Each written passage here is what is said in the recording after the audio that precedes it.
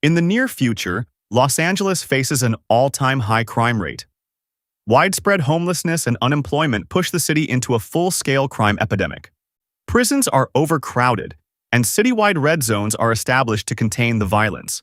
Thousands of officers lost their lives in the line of duty. In response, the Department of Justice introduces the Mercy Court, a radical system where capital offenders are judged by artificial intelligence.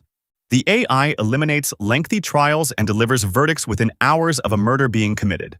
In this courtroom, suspects are presumed guilty unless proven innocent. 2 years after its implementation, the Mercy Court has convicted and executed 18 individuals. As a result, the city's crime rate has dropped by 68%. Now, Chris Raven, an LAPD detective from the Robbery Homicide Division, wakes up inside the Mercy Court. Judge Maddox informs Chris that she will be presiding over his trial. Panicked, Chris explains who he is, but Maddox calmly tells him to take a deep breath. He protests, insisting that he has sent criminals to the very chair he is now sitting in. Maddox informs him that he is ready for trial, as his blood alcohol level has dropped to an acceptable range. Confused, Chris asks the judge why he is here. Maddox finally reveals that he is on trial for the murder of his wife, Nicole Raven. She accesses the police evidence file and plays the footage. The body cam video shows an officer rushing into the kitchen. Chris sees his daughter, Britt, crying beside Nicole. The officer asks Nicole who stabbed her. With her final breath, Nicole whispers, "Chris." Maddox informs Chris that the court will now present an opening statement outlining his ties to the victim. She reminds him that he was the only person in the house with Nicole at the time she was fatally stabbed. Chris insists she is lying. Maddox calmly tells him to check for himself. She enables voice commands and touch-sensitive controls so he can look for himself. He searches for Nicole Raven and finds a news video reporting Chris's arrest.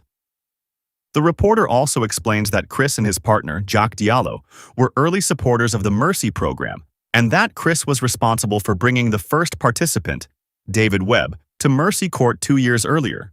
Then Maddox informs him that, based on the available evidence, she has calculated his probability of guilt at 97.5%, 17.5% above the 80% threshold required to trigger a Mercy trial. She then opens the municipal cloud. Maddox explains that every citizen and organization is legally required to connect their devices to it. She tells Chris she will have full access to the cloud during the trial and informs him that he can use this resource to prove his innocence. However, if he is found guilty, he will be executed in 90 minutes by a sonic fatal pulse. The trial begins. Chris panics, but Maddox calmly explains that if he can reduce his guilt probability from 97.5% to the 92% threshold of reasonable doubt, he will survive. Maddox then summarizes Chris's activities from earlier this morning. He arrived at work at 8:51 a.m., but instead of going inside, he turned around and returned home. Doorbell camera shows Chris asking Nicole to open the door, but she tells him she is done with him and that he can speak to her through a lawyer. Chris lets himself in with his key, and Nicole begins yelling at him. Maddox points out that Chris spent 26 minutes inside the house. Shortly after he left, Britt returned home from a sleepover and discovered Nicole's body. She tells Chris that the crime scene data shows Nicole was stabbed during the time he was inside the house. The wound, inflicted by a right-handed attacker, was so severe that it ruptured her liver. Chris insists he didn't do it. Maddox responds that he is right-handed and that traces of Nicole's blood were found on his shirt. She continues, explaining that after leaving the house, Chris went straight to a bar and drank heavily. Chris argues that he never went to a bar. Maddox then shows him bar cam. In the video, officers attempt to arrest Chris. He resists, but they eventually manage to handcuff him.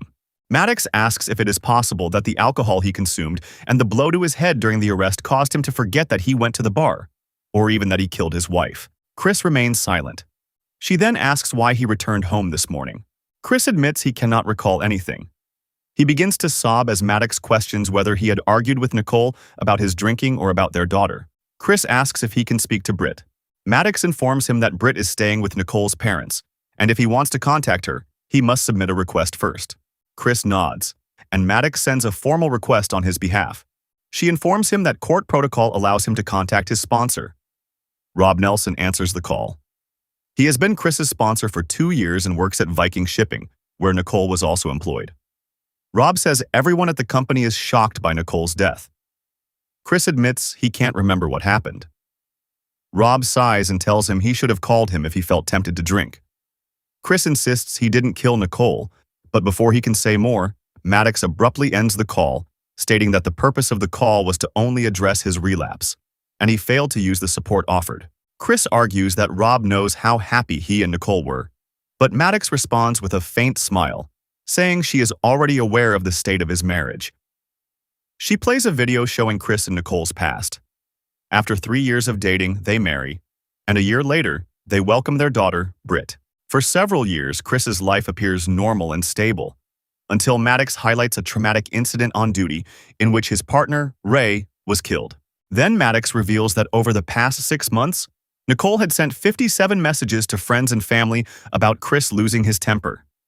Combined with his worsening drinking problem, Maddox concludes that Nicole had been considering divorce. She then plays another video. In it, Britt confides in her boyfriend, saying her father has become legit scary and that her mother has been crying in bed. The boyfriend offers to pick her up. Suddenly, there's a noise of a door closing somewhere in the house. Britt says it might be her dad, and the video ends. Confused, Chris tells Maddox that they monitor her Instagram and never saw this video. Maddox explains that Britt maintains 2 Instagram accounts, one of which may be hidden from them. She plays another video that picks up immediately after Britt talked with her boyfriend. In this clip, Britt tells her followers that her house might be haunted. At that moment, Britt accepts Chris's request for a call. She cries, saying that her mom is dead. Chris gently tries to calm her. Britt then asks why he was sent to Mercy Court if he had been at work at the time of the murder. Chris tells her it is all a misunderstanding. Britt mentions that her grandfather, Jeff, told her that no one gets a mercy trial unless they are guilty. Chris urges her not to listen to him. Just then, Jeff appears and ends the call. Chris tells Maddox that Jeff is trying to turn Britt against him and bitterly adds that Jeff never believed he was good enough for Nicole. Maddox simply smiles and reminds him to focus on the case. The clock is ticking. Chris explodes, shouting that the clock is meaningless and accusing Maddox of deciding people's fate before they even sit in the chair. She calmly replies that anger will not help him now. Chris argues that he has every right to feel anger, as he has lost his wife and his daughter is alone. He asks if she understands that. Maddox responds that she is not designed to feel anything, only to assess facts. Then she states plainly, if he is innocent, he must prove it. Otherwise, Britt will lose both her parents today. Chris inhales deeply and asks to speak with his partner, Jack. Maddox informs him that he may contact anyone during the trial, provided they can help gather evidence or offer character testimony. Chris chooses the second option. Maddox connects the call. Jack appears on screen. Chris, you're in a hell of a mess. Chris insists he didn't kill his wife and, looking at a drone camera view of his house, asks Jack to walk him through the crime scene. He then asks Maddox for the crime scene files. Jack warns him that if the situation doesn't favor him, she won't lie, as they need every mercy trial to send a message. And that message cannot be that a cop gets a free pass. Chris nods. He asks Maddox for scene scans.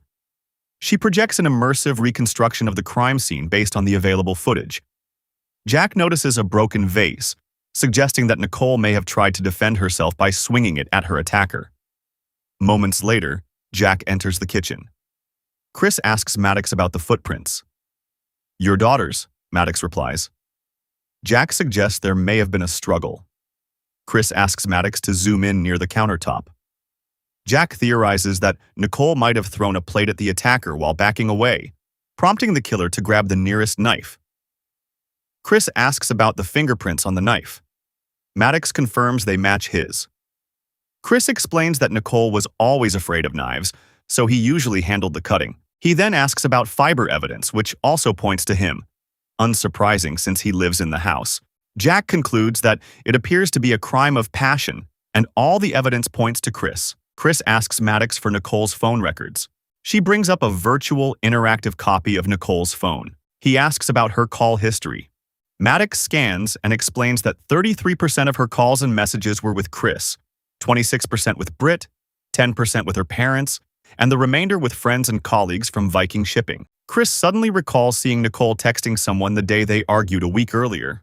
He asks Maddox to search through Britt's videos, since Britt often records their arguments. Maddox scans the footage but reports that she couldn't find the number Nicole had sent the text to.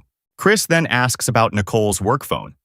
Maddox says she has no record of Nicole owning a second phone. At that moment, an officer informs Jack that they have found a second phone inside Nicole's car.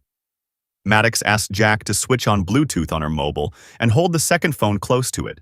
Maddox scans the device and informs Chris that the phone is not a work phone but a burner phone, unregistered in the municipal cloud. She notes that there is only one number in its call history, and that number also belongs to a burner phone. Maddox calls the number, but the person on the other end immediately hangs up upon hearing that the call is from Mercy Capital Court. Maddox then tells Chris that the phone signal is coming from the vicinity of the Hollywood Red Zone. Jack immediately heads there in her vehicle. Chris's guilt rate drops slightly. Maddox performs another scan and pinpoints the caller's exact location. The suspect is inside the Hudson Hotel and appears to be trying to escape through a back door. Jack spots a man who immediately runs when he sees her. Maddox identifies him as Patrick, a chef at the Hudson Hotel. Chris asks for an update on his guilt rate, but to his disbelief, it remains unchanged. He argues that guilty people run. Maddox calmly replies that frightened people run as well.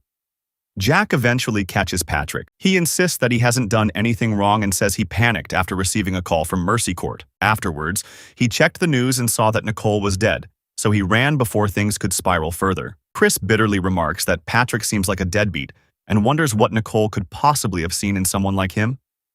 Patrick snaps back, saying that he gave Nicole everything Chris couldn't. Maddox interrupts and asks Patrick how he knows Nicole. Patrick explains that he met Nicole at a farmer's market and that they began meeting regularly at the hotel afterward. When Chris asks about the burner phones, Patrick explains that Nicole wanted to communicate privately, so he bought her a burner phone. Maddox confirms that Patrick owned both a personal phone and the burner. Maddox then accesses the hotel's security cameras and rewinds to the estimated time of Nicole's death. Footage from the hotel kitchen shows Patrick working in the kitchen during that period. Chris quietly admits that it can't be Patrick. Patrick tells Chris that all Nicole ever wanted was someone to listen to her. Jack then places Patrick under arrest for resisting. Maddox informs Chris that his guilt rate has now increased because, instead of presenting the court with a suspect, he has established a stronger motive for why he might have committed the crime. She asks Chris whether he truly believed he would find evidence to exonerate himself, or if he just wanted to see the man who slept with his wife. Chris dryly asks Maddox if she really thinks he killed Nicole after finding out about Patrick. Maddox sharply replies that he's clearly not telling everything, noting how he could jump to the idea of an affair so quickly unless he already suspected something. Chris admits he isn't surprised about Patrick. He confesses that he had been letting his wife down lately, even this morning. Chris reveals that Nicole had found the stash of alcohol hidden in his car. Maddox asks when he started drinking again. "A year ago," he answers. In the video, Nicole is seen confronting Chris about his drinking. Chris sighs and admits he has always struggled with alcoholism, though he managed to stay sober after marrying Nicole. Everyone was proud of him, until Reis' death. In the video, Chris briefs fellow officers about an SUV linked to a hit-and-run case. The vehicle belongs to a suspect named Alex. As Chris prepares to investigate, he receives a call from Nicole, so Ray offers to check it out himself. Tragically, Ray is shot. As Chris rushes him to the hospital, he begs him to stay awake, but Ray dies. Chris tracks the suspect down to the beach. Later, Alex is never found guilty. Chris admits that he should have killed Alex when he had the chance, and that weighs on him to this day. Chris then finally reveals that when he arrived at work this morning, he reached for the bottle he kept in the car, but it was gone. He assumed Nicole had found it. Furious, he went home and confronted her. They argued because she had thrown away his bottle. In retaliation, he smashed her favorite vase. A shard of glass flew up and cut her. He says he offered to clean up the blood, which explains why Nicole's blood was found on his shirt. Maddox asks why he didn't mention this earlier. "Because it made me look bad," Chris replies. Chris admits that he genuinely doesn't remember what happened after that. Then, somberly, Chris concludes that if Nicole was mad enough to tell Patrick about him, he really was out of it, and in his rage, he might have grabbed a knife. Maddox interrupts him, saying that if he confesses to murder, she will lock the verdict, and he simply has to wait for the time to go down before his execution. Chris sighs, then asks Maddox to show him everyone that Nicole had regular contact with. Maddox pulls up a list on the screen. He tells her to separate the names into friends and co-workers. Chris admits that Patrick is right. If he had been closer to Nicole, he would have known what was happening in her life. Then he tells Maddox that he needs to speak with Patrick. She informs him that Patrick is currently being processed at a local police station and arranges the call. When Patrick appears on screen, Chris asks whether Nicole had been facing any problems. Patrick shakes his head and says it was the usual complaints, that Chris wasn't spending enough time with her or with Britt. Then Chris asks Patrick if Nicole had any trouble at her job. That question sparks something in Patrick's memory. He reveals that Nicole had been dealing with an issue at work. Someone had been stealing chemicals from the company, and after a customer reported missing materials in a shipment, her boss asked Nicole to investigate. She didn't like snooping into other people's business, but she had been looking into it nonetheless. Chris turns his attention to Nicole's colleagues. Maddox points out that all of them are at work today and that none of them have been within a mile of his neighborhood since Sunday. Chris nods. That's when we had the barbecue. Chris contacts Jack, saying he has a hunch and instructs her to check out the Viking depot. Maddox asks what he means by a hunch. Chris replies, it's about trusting your gut, something the court could use. Maddox points out that the court deals in facts, but Chris counters that truth is rarely black and white. He then asks Maddox whether Britt recorded anything during the barbecue. They review the footage. Chris theorizes that the killer may have used the barbecue as an opportunity to scope out the house. Maddox checks the street cameras. Of the 46 cars that passed by his house this morning, not a single one stopped. Chris thinks for a moment and asks about the streets behind his house, noting that someone could have jumped the back fence. This reminds him of his neighbor Bill, whose house sits behind theirs and has a bird camera installed. Maddox tries to access the footage but hits an error. The files are still archiving after a recent internet outage in the area. Chris pauses, thinking. The barbecue started at 2 p.m. on Sunday. He asks Maddox how many employees drove their own vehicles from Viking Shipping Company. 4 vehicles, she replies. She tracks Rob's vehicle as it is the first to enter his street at 2:30 p.m. But Chris notices that Rob wasn't alone. There were 3 passengers with him. He tells Maddox he needs to speak with Rob. On the call, Chris asks Rob about the people he gave a ride to. Rob names Carla, Marie, and Leo. Chris then asks whether they all left together after the party. Rob shakes his head, saying there hadn't been a set plan. Instead, he ended up driving Deborah and Bill home, and the others made their own arrangements. Chris then asks if anyone missed work the following day, Monday. Rob says no. Next, Chris asks Maddox to replay one of Britt's videos, the one featuring the sleaze bag. Chris asks when it was filmed, and Maddox provides the timestamp. I think my dad's home. I'm out. Chris nods slowly and asks Maddox to access his department logs to confirm the time. According to the records, he was still at the precinct when the video was recorded. Finally, he asks Maddox to connect him to Britt. When she appears on screen, she's in tears and accuses Chris of being a liar. She shows him a video posted on YouTube. Chris, drunk at a bar when he was supposed to be at work. Britt, unaware that Chris had started drinking again, asks if that's why he's been acting like a jerk for the past year. Then she asks if he killed Nicole, but Chris swears he didn't. As Britt moves to end the call, Maddox steps in, explaining that her father is mounting a defense and that Britt's help could make a difference.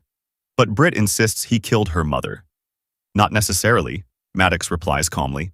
Chris gently shifts the conversation. He asks about the video Britt posted on Instagram the previous night. Britt snaps at him, accusing him of snooping through her private life.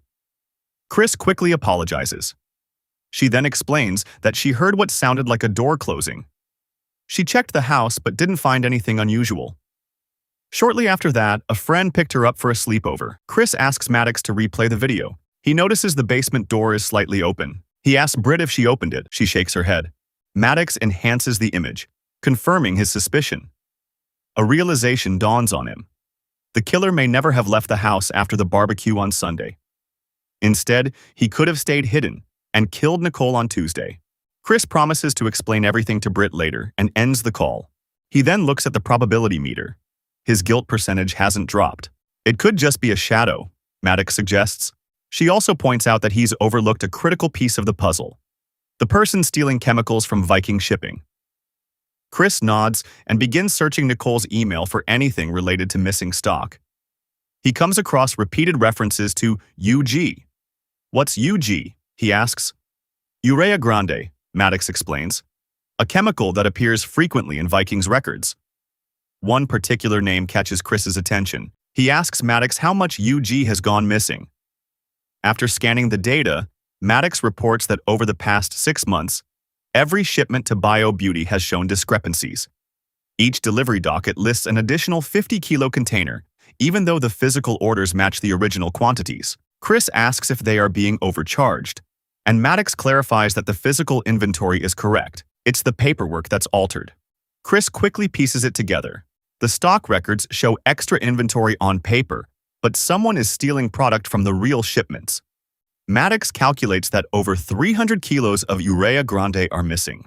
She further explains that synthetic urea is commonly used in dermatological products and in the production of methamphetamine, which is highly profitable on the black market. They access Holt's inbox and find an email from Friday requesting an urgent meeting with Nicole. Maddox immediately pulls up security footage from Viking shipping. In the video, Holt and Nicole appear to be arguing. Chris reviews his emails and discovers that Holt has a gambling problem. He asks Maddox to retrieve Holt's financial records from the past 6 months. Then Chris spots something significant. Rob transferred Holt $4,000, possibly to help him out.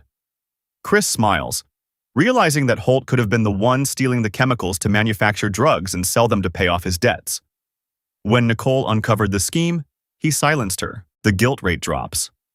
Chris contacts Rob, but Holt answers the call instead. Sounding concerned, Holt asks Chris if he's all right. Maddox intervenes and tells Holt to put Rob on the line. Holt stammers, claiming he was just passing by when he saw the call and decided to answer it. He offers to look for Rob and steps away. Chris asks where Jack is. Maddox informs him that she is 4 minutes away from Viking shipping. He tells Maddox to keep tracking Holt's movements and, in the meantime, to pull up the bird cam footage from his neighbor's house. She plays the video. Chris notices rustling leaves at 10:08 a.m. Maddox adds that the camera is motion activated again at 11:43 a.m. Maddox tracks Bill's phone and reports that he left his house at 11:23 a.m. However, the surrounding neighborhood cameras were also affected by the internet outage, so updated footage will take more time to archive. Holt returns to the call and claims he cannot find Rob. Frustrated with Holt's innocent act, Chris accuses him directly of killing Nicole after she discovered he was stealing chemicals. Holt hesitates, then insists that Rob is the one who was stealing the chemicals. He admits that both he and Nicole discovered the theft, but chose not to report Rob because he had always been good to them. Rob had even helped Holt financially when he was in trouble. Chris demands to know where Rob is. Holt says he just learned that Rob left work early because he felt sick. The manager allowed him to leave, especially since Rob had called in sick the previous day as well. The last time Holt saw Rob was at the barbecue. Rob stayed behind after everyone else left to speak with Nicole privately and reassure her that everything would be fine. He also asked Holt to take his car on Sunday so he could give rides to the co-workers who had arrived with him. Maddox tracks Rob's vehicle and discovers it is at his home. Chris instructs Jack to go to Rob's house while Maddox notifies the local SWAT team. Maddox shows Chris the archived traffic camera footage. It shows Bill Peterson's car pulling up on the lot. After Bill exits the vehicle, Rob emerges from the trunk. Chris's guilt percentage drops again. Chris urges Maddox to rely on her instinct. She glitches and reboots. Meanwhile, the SWAT team arrives at Rob's house and forces entry, but Rob is not inside. Maddox points out that the GPS tracker still shows the vehicle is at the house. Chris realizes that Rob must have removed the tracker and left it there to mislead them. Chris tells Maddox to search the traffic cameras for the truck. Maddox reports that there is no detectable Viking license plate. Chris concludes that Rob likely removed that as well.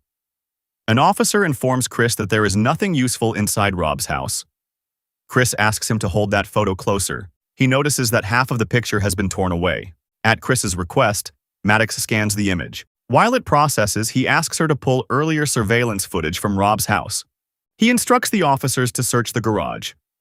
Inside the garage, they discover burned papers deliberately destroyed. Maddox points out that Rob is capable of manufacturing the drugs himself, given his college degree, and she calculates the estimated profits he would make if he sold the product in the red zones. Then Chris looks at Jack and instructs her to go back. He points out that when they last called Rob, he was not at Viking shipping.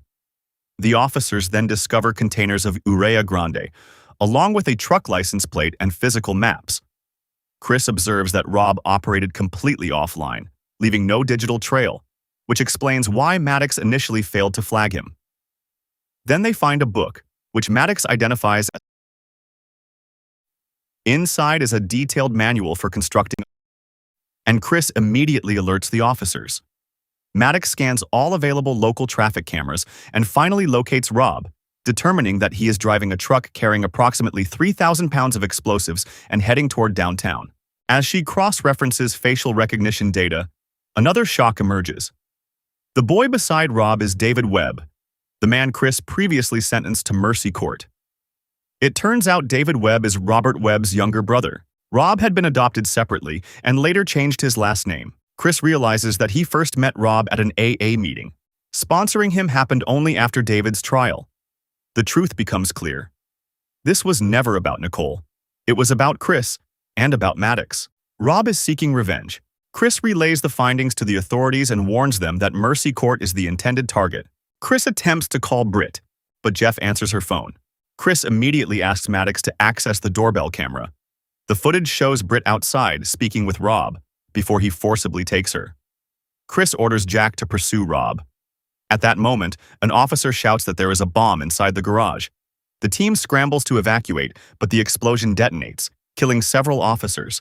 Chris's guilt percentage finally drops to 0. However, he tells Maddox he does not want to end the trial.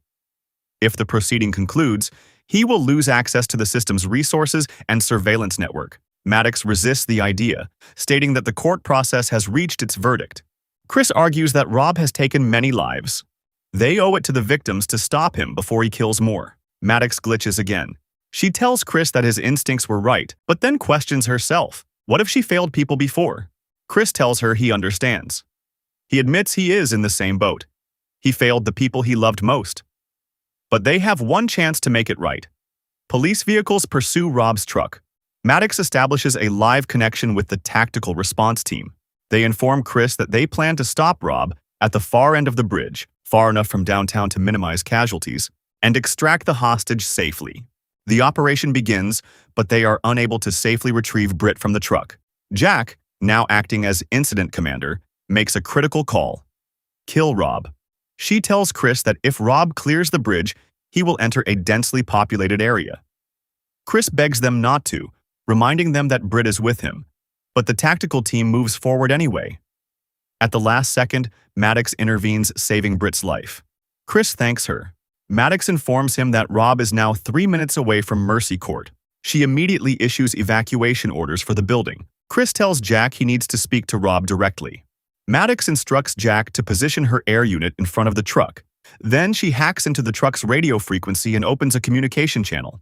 Rob speaks first. He tells Chris that he recognized him the moment he walked into the AA meeting and admits that Chris has been haunting his dreams for the past 2 years. Rob admits that his brother had problems, but insists he could have helped him. Instead, Chris sent him to Mercy Court. Rob says he wanted Chris to sit in that chair knowing he was innocent, the same way his brother did.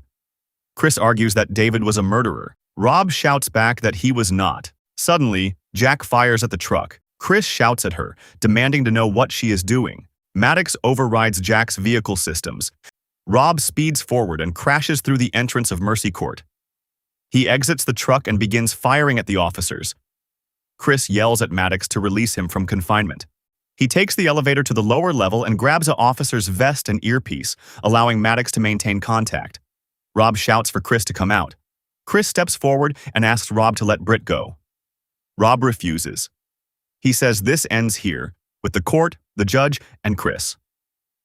Then Maddox appears on a nearby screen. Calmly, she addresses Rob, telling him that if David was truly innocent, he should prove it. Rob agrees to explain. He says his brother struggled with drug addiction, so he tried to help him, giving him money and a phone to stay in contact. Then, out of nowhere, David was accused of murdering a woman. Rob insists it was impossible. He claims he was on the phone with his brother at the exact time of the murder. As Rob speaks, Maddox quietly informs Chris that if he pulls the battery from the detonator, there is an 82% chance the bomb will not explode. Maddox then lays out the official record. Valerie, the victim, was found in the underpass at 6 a.m. She had been stabbed to death around 10 p.m. the previous night. David's fingerprints were on the knife. Rob yells that David could not have done it because he was on the phone with him at that exact time. Britt bites Rob's hand. Chris lunges forward and manages to rip the detonator from Rob's grip. Chris raises his gun at Rob, but Britt pleads with him not to do it. Breathing heavily, Rob insists that after speaking with his brother, he called the precinct to confirm the call history. Suddenly, Jack shoots Rob. Chris shouts at her to stand down. With his last strength, Rob repeats that he called the precinct. A woman answered, promising to check the records. Maddox verifies the claim. There was indeed an incoming call from Rob that night. Chris slowly turns toward Jack and tells her that she was the officer who processed and booked David Webb. Maddox tracks David's phone location history. It shows the device at the crime scene, then later at the station. Chris instructs Maddox to bypass internal access protocols using his credentials and pull Jack's body camera footage from the evidence room. The footage plays.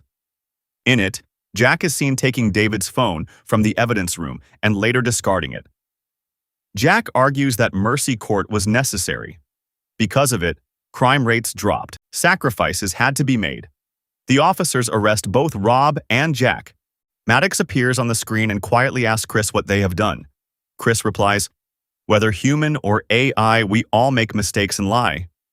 Maddox whispers, "Yes, we do," and then shuts down.